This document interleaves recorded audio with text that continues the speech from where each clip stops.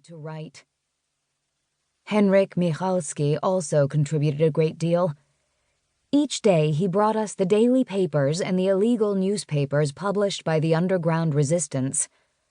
For my part, I tried to describe all events, both in the ghetto and on the Aryan side, as exactly and as objectively as possible, selecting as my model simply the course of everyday events.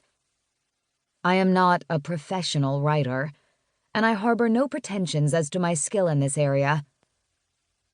I would like to mention that all names of people, whether from the ghetto or from the Aryan side, are real.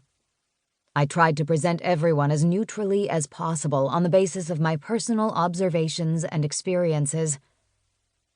Time slowly passed, and before long I had filled 3 thick notebooks.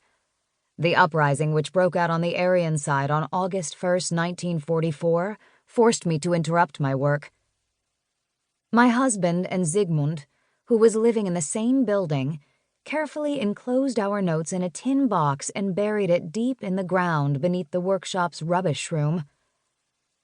After the liberation in January 1945, Zygmunt was the first to return to Warsaw, which had been almost completely burned and destroyed. The building on 27 Belvederska Street shared the same fate as the others. Only burned ashes remained. Everything we owned had perished in the conflagration. The only thing that was saved was our diary, which Zygmunt uncovered and handed to my husband at their first meeting.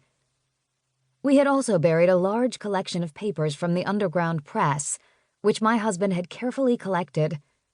Zygmunt, fearing that they might fall into the hands of the Soviets, who were hostile to the AK, the underground home army, and that this might result in unpleasant consequences, burned them all.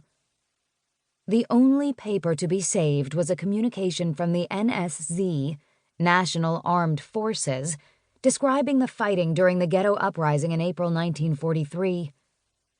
After the war, my husband guarded these notes like the apple of his eye.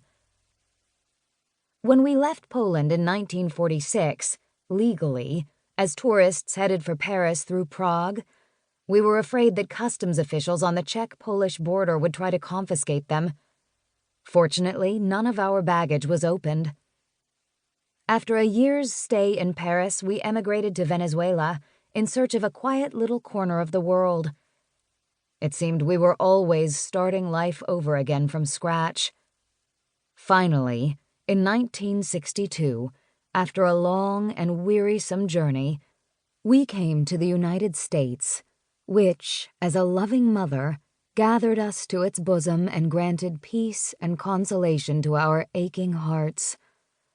Our first years in this country were not easy. We were particularly troubled by our not knowing the English language. However, in time we overcame even this difficulty.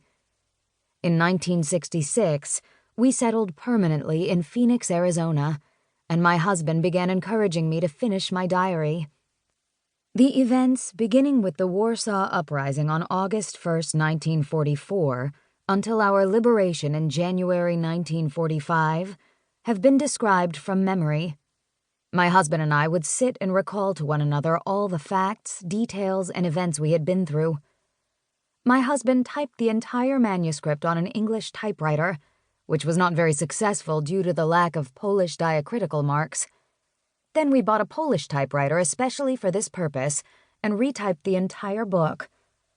All of this work together took more than 2 years. My husband subsequently retyped the entire English translation onto clean paper, which took more than a year.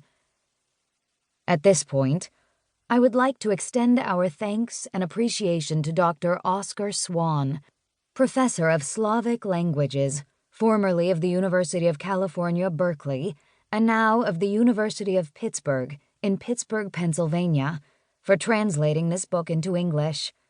We greatly value the time and immense outlay of effort that went into the translation. Leokadia Schmidt. Part 1. The Destruction of the Warsaw Ghetto. 1.